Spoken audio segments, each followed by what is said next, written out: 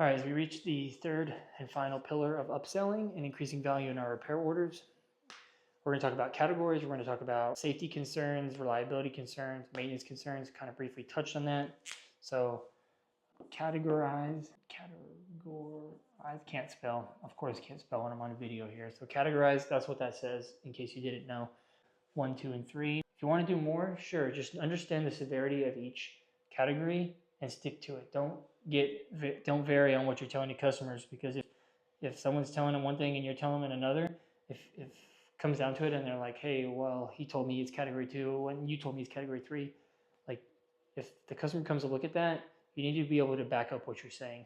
We're also going to talk about like maintenance. If you're selling 10 things on a car, they don't give a heck about the maintenance on the car. So like know your environment, know your area. Like if you're selling 10 things, don't send for the spark plugs. I mean, unless their engine filter or their cabin air filter is extremely dirty, like maybe send that, but there's no need to do a power steering flush or a brake fluid flush when their engine's leaking from 30 places. Just no point. Don't send it. It's over the top. Reliability, briefly talked about that. Ability, so planning for the future. A lot of customers in luxury brands will purchase reliability concerns. You just got to be honest with them. Tell them what's going on with it, when it's going to go bad, and some of the things that could go bad with it. Some things I use for coolant leaks. We have a lot of coolant leaks that go down the side of the engine. So you're going to tell them as that coolant leak worsens, you're going to have some issues with your cooling system. You're going to have some issues with the performance of your engine, and eventually it could overheat or cause a check engine light. Like, don't tell them that their head gasket's going to blow out or that their car is going to turn off while driving. It's just not needed. Like telling them something like your cooling system will stop performing as designed. Like keep it very professional, keep it very clean in the way you're wording things. It's not my intention, and it shouldn't be your intention to scare people into repairs. You want them to make an informed decision, not a decision out of fear. Safety. I always send my safety items first. In our computer system, it organizes it for us. It didn't always do that. And so you always want to make sure that you're sending, well, actually, you want to send the customer concern first. If the customer's in there for a check engine light or a noise or whatever the diagnosis is, send the customer concern first.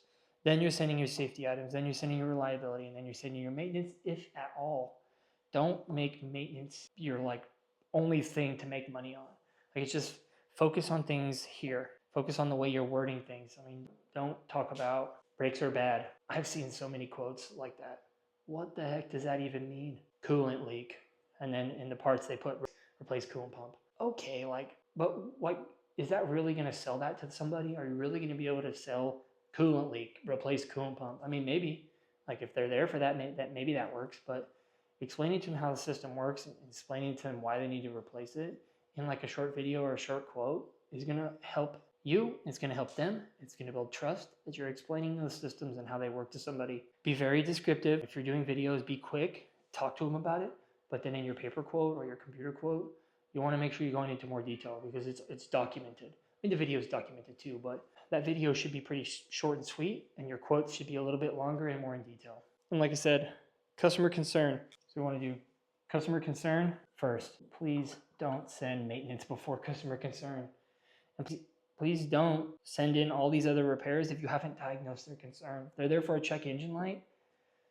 Like fix that first. I mean, if you can't duplicate the concern or you're having trouble diagnosing it, if you send these in, make sure that the writer knows not to send these to the customer first. But hey, I'm still diagnosing their concern. Please don't send them any of this stuff. I'm just sending this in now so that I remember it and it's already documented. But you need to make sure that those set of quotes or repairs are not being sent to the customer until you've already identified their concern and you've gone with the repair. If you think, this happens, but if you think that you have to perform a repair, or it could be this repair, and if you have your group leaders or shop foreman's permission, don't send a bunch of crap here if you don't think that this is going to fix like the problem. Like sometimes if you're having like I have a lot of issues with like fuel efficiency, not fuel efficiency, but like air fuel ratio. Like Audi's that's probably one of the hardest things to diagnose. So like here, maybe we want to send a breather valve, but the injectors could be bad. Don't send them all the suspension and the oil leaks in the process. Make sure the writer knows, hey, I want to replace the breather valve. The more expensive repair would be these injectors. Don't hit them with all this other stuff, because what you're going to do is, what if they approve all this and then you hit them with $2,000 more of injectors? Well, now you look like a clown. So just be honest and straightforward about what you're doing. And if you don't think this is going to fix it, And like I said, get your permission from your group leader or team leader and your shop foreman, because that is sometimes the circumstance.